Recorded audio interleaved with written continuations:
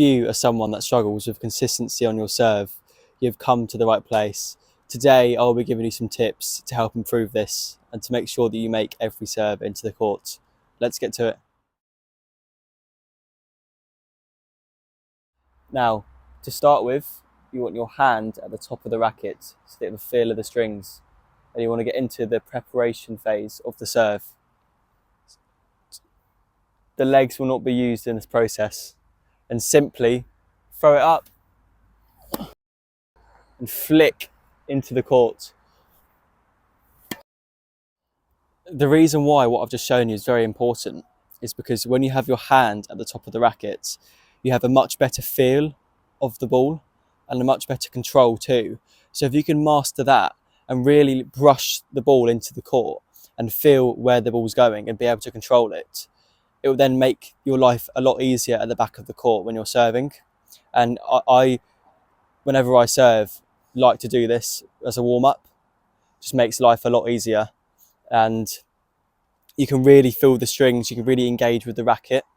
So make sure that you do it for every serving practice that you do. The next task I would like you to do is to put markers out on the court. I currently have one in the wide spot, the body spot, and down the tee line. You want to be able to hit these precise parts of the court consistently, because if you're facing someone on the other end, if you're just hitting serves in the court without having any clear idea of where the ball's going, and you're just floating them in, not hitting them very hard, not hitting them with much intent, you will be on the back foot from the moment the point starts. And when you're serving, you want it to be the opposite. You want to be the one dominating.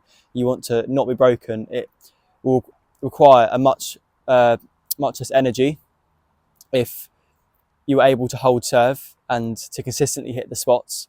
And it also means that it takes the pressure off of the amount of power you have to apply to your serve. If you're able to hit a certain part of the court, they will be out of position. Whereas you could smack a serve down really, really fast. But if it's in their slot, I love getting quick serves to my backhand because it's right here. I can redirect with their pace. You really want to get them out of position, and you want to be hitting different parts and doing that, often. So you want to be doing this every time that you practice your serve too. And I'm going to give it a go now. I haven't actually hit any serves yet from the baseline, so see how it goes. It's not too bad. Now for the body.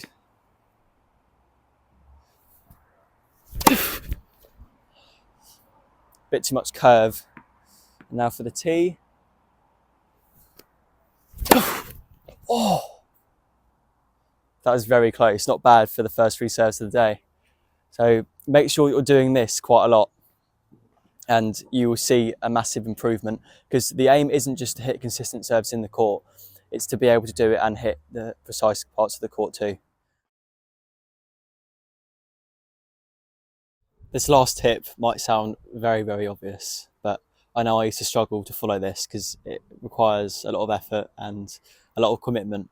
But with the serve, a lot of it is just how much you practice it. Make sure that you're out there 2-3 times a week practicing your serves, because you might be, for 1 week, practicing your serves a lot, feeling good on it, making lots in the court, feeling very confident, and you're like, I can kind of slack now. My serve's quite consistent.